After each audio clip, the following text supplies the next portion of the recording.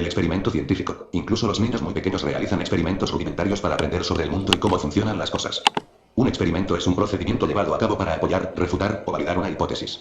Los experimentos proporcionan ideas sobre causa y efecto por la demostración del resultado, que ocurre cuando un factor particular es manipulado. Los experimentos varían mucho en objetivo y escala, pero se apoyan en la repetición de procedimientos y análisis lógico de los resultados. Allí también existen estudios experimentales naturales.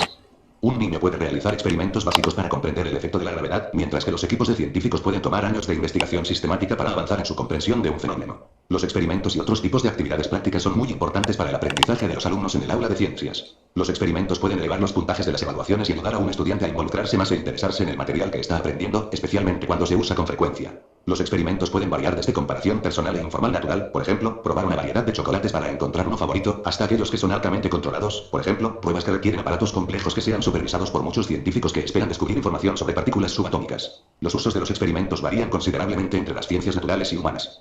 Aquellos experimentos que típicamente incluyen controles, diseñados para reducir los efectos de variables distintas de la variable independiente única. Esto aumenta la fiabilidad de los resultados, a menudo a través de una comparación entre las mediciones de control y las otras mediciones. Los controles científicos son parte del método científico. Es ideal que todas las variables en un experimento estén controladas, tomadas en cuenta por las mediciones de control, y ninguna está fuera de control. En tal experimento, si todos los controles funcionan como se espera, es posible concluir que el experimento funciona según lo previsto y que los resultados se deben al efecto de la variable probada. Visión general en el método científico, un experimento es un procedimiento empírico que arbitra modelos o hipótesis en competencia. Los investigadores también usan los experimentos para evaluar teorías existentes o nuevas hipótesis para apoyarlas o refutarlas.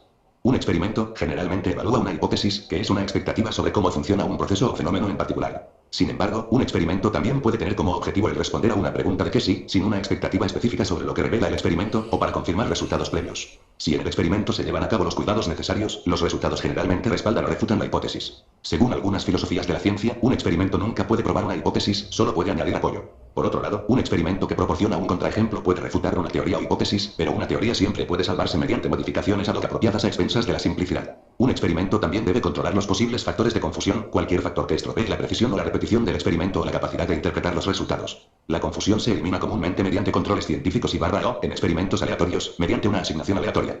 En ingeniería y ciencias físicas, los experimentos son un componente primario del método científico. Se utilizan para probar teorías e hipótesis sobre cómo funcionan los procesos físicos bajo condiciones particulares, por ejemplo, si un proceso de ingeniería en forma particular puede producir un compuesto químico deseado. Típicamente, los experimentos en estos campos se enfocan en la replicación de procedimientos idénticos con la esperanza de producir resultados idénticos en cada réplica. La asignación aleatoria es poco común. En medicina y las ciencias sociales, la prevalencia de la investigación experimental varía ampliamente entre las disciplinas. Sin embargo, cuando se usan, los experimentos suelen seguir la forma del ensayo clínico, donde las unidades experimentales, generalmente seres humanos individuales, se asignan aleatoriamente a un tratamiento o control de condición, donde se evalúan uno o más resultados. En contraste con las normas de las ciencias físicas, el enfoque generalmente está en el efecto promedio del tratamiento, la diferencia en los resultados entre los grupos de tratamiento y control u otra prueba estadística producida por el experimento. Por lo general, un solo estudio no implica replicaciones del experimento, pero se pueden agregar estudios separados mediante una revisión sistemática y un metaanálisis. Existen varias diferencias en la práctica experimental en cada una de las ramas de la ciencia. Por ejemplo, la investigación agrícola con frecuencia utiliza experimentos aleatorios, por ejemplo, para evaluar la efectividad comparativa de diferentes fertilizantes, mientras que la economía experimental con frecuencia implica pruebas experimentales de comportamientos humanos teorizados sin depender de la asignación aleatoria de individuos a condiciones de tratamiento y control. Historia. Uno de los primeros enfoques metódicos de los experimentos en el sentido moderno es visible en los trabajos del matemático y erudito árabe Ibn al-Haytham. Él condujo sus experimentos en el campo de la óptica, retomando los problemas ópticos y matemáticos en los trabajos de Ptolomeo, controlando sus experimentos debido a factores como la autocrítica, la confianza en los resultados visibles de los experimentos, así como una crítica en términos de resultados anteriores. Él cuenta como uno de los primeros académicos que utiliza un método inductivo experimental para lograr resultados. En su libro Óptica describe el enfoque fundamentalmente nuevo del conocimiento y la investigación en un sentido experimental. Es decir, deberíamos reiniciar la investigación de sus principios y premisas, comenzando nuestra investigación con una inspección de las cosas que existen y un examen de las condiciones de los objetos visibles. Deberíamos distinguir las propiedades de los particulares y reunir por inducción lo que pertenece al ojo cuando tiene lugar la visión y lo que se encuentra en la forma de sensación como uniforme, inmutable, manifiesto y no sujeto a duda. Después de lo cual debemos ascender en nuestra investigación y razonamientos, gradual y ordenadamente, criticando las premisas y ejerciendo cautela con respecto a las conclusiones. Nuestro objetivo en todo lo que hacemos sujeto a inspección y revisión es emplear la justicia, no seguir el prejuicio y tomar cuidado en todo lo que juzguemos y critiquemos, que busquemos la verdad y no nos dejemos llevar por la opinión. De esta manera, podemos finalmente llegar a la verdad que complace el corazón y llegar gradual y cuidadosamente al final en el que aparece la certeza, mientras que a través de la crítica y la cautela podemos apropiarnos de la verdad que disipa el desacuerdo y resuelve los asuntos dudosos. Por todo eso, no estamos libres de esa turbidez humana que está en la naturaleza del hombre, pero debemos hacer nuestro mejor esfuerzo con lo que poseemos de poder humano. De Dios obtenemos apoyo en todas las cosas. De acuerdo a su explicación, es necesaria una ejecución de prueba estrictamente controlada con sensibilidad para la subjetividad y susceptibilidad de los resultados debido a la naturaleza del hombre. Además, es necesaria una visión crítica en los resultados y aquellos resultados de los estudiosos anteriores. Por lo tanto, es el deber del hombre que estudia los escritos de los científicos, si aprender la verdad es su objetivo, hacerse enemigo de todo lo que lee y, aplicando su mente al núcleo y los márgenes de su contenido, atacarlo. De todos lados también debe sospechar de sí mismo mientras realiza su examen crítico del mismo, para evitar caer en el prejuicio o la indulgencia. Por tanto, una comparación de los resultados de estudiosos anteriores con los resultados experimentales es necesaria para un experimento objetivo. Los resultados visibles son más importantes. Al final, esto puede significar que un investigador experimental debe encontrar el coraje suficiente para descartar opiniones o resultados tradicionales, especialmente si estos resultados no son experimentales, sino que resultan de una derivación lógica/mental. En este proceso de consideración crítica, el hombre mismo no debe olvidar que tiene opiniones subjetivas, a través de prejuicios y clemencia, y por lo tanto tiene que ser crítico sobre su propia forma de construir hipótesis. Francis Bacon, 1561-1626, un filósofo inglés y científico activo en el siglo XVII, se convirtió en un defensor influyente de la ciencia experimental en el Renacimiento inglés. No estuvo de acuerdo con el método de responder preguntas científicas por deducción similar a Ibn al-Haytham y lo describe como sigue. Habiendo determinado primero la cuestión de acuerdo con su voluntad, el hombre recurre a la experiencia y, doblándola para que se ajuste a sus placeres, la conduce como un cautivo en una procesión. Bacon quería un método que se basara en observaciones repetibles o experimentos. Notablemente, primero ordenó el método científico tal como lo entendemos hoy. Queda la experiencia simple, lo cual, si se toma como tal, se llama accidente, si se busca, experimento. El verdadero método de la experiencia primero enciende la vela hipótesis y luego por medio de la vela muestra el camino, arregla y delimita el experimento, comenzando como lo hace con la experiencia debidamente ordenada y digerida, no chapucera o errática, y de ella deduciendo axiomas teorías, y de axiomas establecidos nuevamente nuevos experimentos. En los siglos siguientes, las personas que aplicaron el método científico en diferentes áreas hicieron importantes avances y descubrimientos. Por ejemplo, Galileo Galilei, 1564-1642, midió con precisión el tiempo y experimentó para hacer mediciones y conclusiones precisas sobre la velocidad de una caída del cuerpo. Antoine de Lavoisier, 1743-1794, un químico francés, usó experimentos para describir nuevas áreas, como la combustión y la bioquímica, y para desarrollar la teoría de la conservación de la masa, materia. Louis Pasteur, 1822-1895, utilizó el método científico para refutar la teoría predominante de la generación espontánea y para desarrollar la teoría de los gérmenes de la enfermedad. Debido a la importancia de controlar las variables potencialmente confusas, se prefiere el uso de experimentos de laboratorio bien diseñados cuando sea posible. A principios del siglo XX se produjo un progreso considerable en el diseño y análisis de experimentos, con contribuciones de estadísticos como Ronald Fisher, 1890-1962, Geoffrey Neyman, 1894-1981, Oscar Kempthorne, 1919-2000, Gertrude Mary Cox, 1900-1978 y William G. Kochsar, 1909-1980, entre otros. Tipos de experimento. Los experimentos pueden clasificarse según una serie de dimensiones, dependiendo de las normas y estándares profesionales en diferentes campos de estudio. En algunas disciplinas, por ejemplo, psicología o ciencias políticas, un experimento verdadero es un método de investigación social en el que existen dos tipos de variables. El experimentador manipula la variable independiente y se mide la variable dependiente. La característica significante de un verdadero experimento es que asigna aleatoriamente a los sujetos para neutralizar el sesgo del experimentador y asegura, durante un gran número de iteraciones del experimento, que controla todos los factores de confusión. Experimentos controlados. Dos científicos hacen un experimento de luz en un laboratorio de fotónica biomédica. Experimento en laboratorio de fotónica biomédica, en el que se intenta controlar las variables al máximo. Un experimento controlado a menudo compara los resultados obtenidos de muestras experimentales con muestras de control, que son prácticamente idénticas a la muestra experimental, excepto por el aspecto cuyo efecto se está probando, la variable independiente. Un buen ejemplo sería un ensayo de drogas. La muestra o grupo que recibe el medicamento sería el grupo experimental, grupo de tratamiento, y el que recibe el placebo o el tratamiento regular sería el control. En muchos experimentos de laboratorio, es una buena práctica tener varias muestras replicadas para la prueba que se realiza y tener tanto un control positivo como un control negativo. Los resultados de las muestras replicadas a menudo se pueden promediar, o si una de las réplicas es obviamente inconsistente con los resultados de las otras muestras, se puede descartar como resultado de un error experimental. Algún paso del procedimiento de prueba puede haber sido erróneamente omitido para esa muestra. Muy a menudo, las pruebas se realizan por duplicado o por triplicado. Un control positivo es un procedimiento similar a la prueba experimental real, pero se sabe por experiencia previa que da un resultado positivo. Se sabe que un control negativo da un resultado negativo. El control positivo confirma que las condiciones básicas del experimento fueron capaces de producir un resultado positivo, incluso si ninguna de las muestras experimentales reales produce un resultado positivo. El control negativo demuestra el resultado de la línea de base obtenido cuando una prueba no produce un resultado positivo medible. Muy a menudo, el valor del control negativo se trata como un valor de fondo para restar de los resultados de la muestra de prueba. Algunas veces el control positivo toma el cuadrante de una curva estándar. Un ejemplo que se usa a menudo en los laboratorios de enseñanza es un ensayo controlado de proteínas. Los estudiantes pueden recibir una muestra de líquido que contiene una cantidad desconocida, para el estudiante, de proteína. Es su trabajo realizar correctamente un experimento controlado en el que determinan la concentración de proteína en la muestra de fluido, generalmente llamada muestra desconocida. El laboratorio de enseñanza estaría equipado con una solución estándar de proteína con una concentración de proteína conocida. Los estudiantes pueden hacer varias muestras de control positivo que contienen varias diluciones del estándar de proteína. Las muestras de control negativo contendrían todos los reactivos para el análisis de proteínas pero no proteínas. En este ejemplo, todas las muestras se realizan por duplicado. El ensayo es un ensayo colorimétrico en el que un espectrofotómetro puede medir la cantidad de proteína en las muestras mediante la detección de un complejo coloreado formado por la interacción de las moléculas de proteína y las moléculas de un tinte agregado. En la ilustración, los resultados de las muestras de prueba diluidas se pueden comparar con los resultados de la curva estándar, la línea azul en la ilustración, para estimar la cantidad de proteína en la muestra desconocida. Se pueden realizar experimentos controlados cuando es difícil controlar exactamente todas las condiciones en un experimento. En este caso, el experimento comienza creando dos o más grupos de muestra que son probabilísticamente equivalentes, lo que significa que las mediciones de los rasgos deberían ser similares entre los grupos y que los grupos deberían responder de la misma manera si se les da el mismo tratamiento. Esta equivalencia se determina mediante métodos estadísticos que tienen en cuenta la cantidad de variación entre individuos y el número de individuos en cada grupo. En campos como la microbiología y la química, donde hay muy poca variación entre los individuos y el tamaño del grupo es fácilmente de millones, estos métodos estadísticos a menudo se omiten y simplemente se supone que dividir una solución en partes iguales produce grupos de muestra idénticos.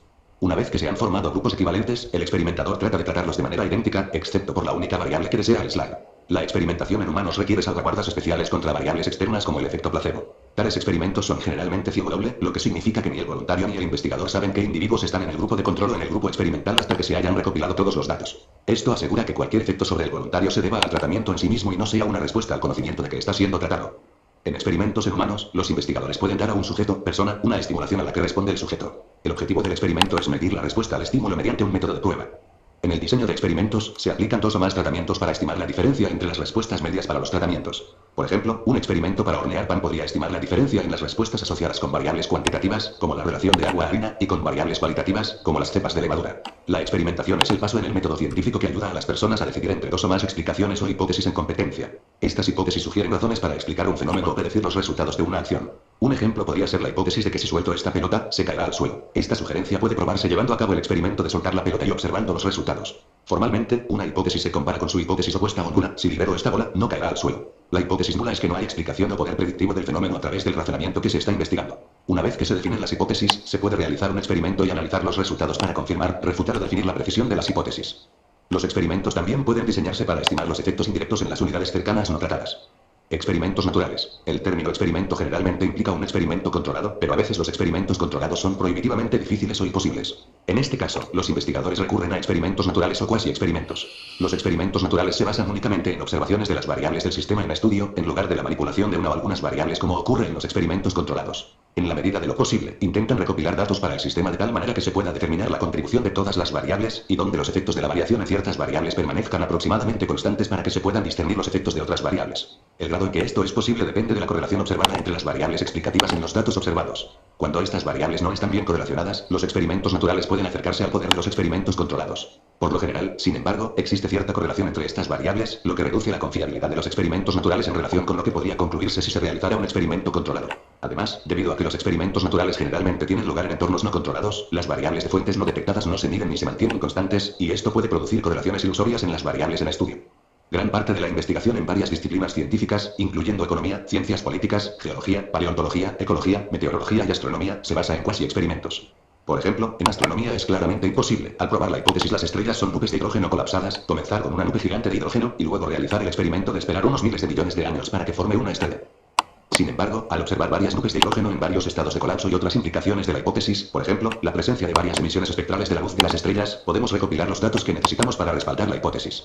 Un primer ejemplo de este tipo de experimento fue la primera verificación en el siglo XVII de que la luz no viaja instantáneamente de un lugar a otro, sino que tiene una velocidad medible. La observación de la aparición de las lunas de Júpiter se retrasó ligeramente cuando Júpiter estaba más lejos de la Tierra, a diferencia de cuando Júpiter estaba más cerca de la Tierra, y este fenómeno se usó para demostrar que la diferencia en el tiempo de aparición de las lunas era consistente con una velocidad medible.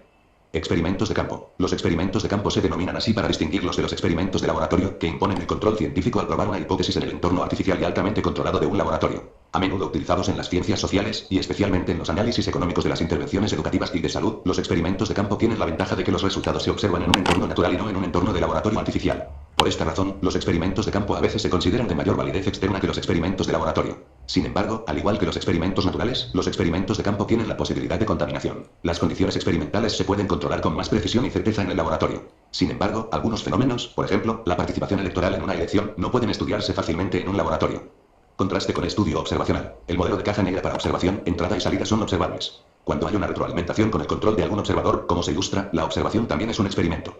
Se utiliza un estudio observacional cuando no es práctico, poco ético, tiene un costo prohibitivo o de otro modo ineficiente, ajustar un sistema físico o social en un entorno de laboratorio, controlar completamente los factores de confusión o aplicar una asignación aleatoria. También se puede usar cuando los factores de confusión son limitados o se conocen lo suficiente como para analizar los datos a la luz de ellos, aunque esto puede ser raro cuando se examinan los fenómenos sociales. Para que una ciencia observacional sea válida, el experimentador debe conocer y considerar los factores de confusión. En estas situaciones, los estudios observacionales tienen valor porque a menudo sugieren hipótesis que se pueden probar con experimentos aleatorios o mediante la recopilación de datos nuevos. Fundamentalmente, sin embargo, los estudios observacionales no son experimentos. Por definición, los estudios observacionales carecen de la manipulación requerida para los experimentos lacanianos. Además, los estudios de observación, por ejemplo, en sistemas biológicos o sociales, a menudo involucran variables que son difíciles de cuantificar o controlar. Los estudios de observación son limitados porque carecen de las propiedades estadísticas de los experimentos aleatorios. En un experimento aleatorizado, el método de aleatorización especificado en el protocolo experimental guía el análisis estadístico, que generalmente también se especifica mediante el protocolo experimental. Sin un modelo estadístico que refleje una aleatorización objetiva, el análisis estadístico se basa en un modelo subjetivo. Las inferencias de modelos subjetivos no son confiables en teoría y práctica. De hecho, hay varios casos en los que los estudios observacionales cuidadosamente realizados dan resultados incorrectos consistentemente, es decir, los resultados de los estudios observacionales son inconsistentes y también difieren de los resultados de los experimentos. Por ejemplo, los estudios epidemiológicos del cáncer de colon muestran consistentemente correlaciones beneficiosas con el consumo de brócoli, mientras que los experimentos no encuentran ningún beneficio.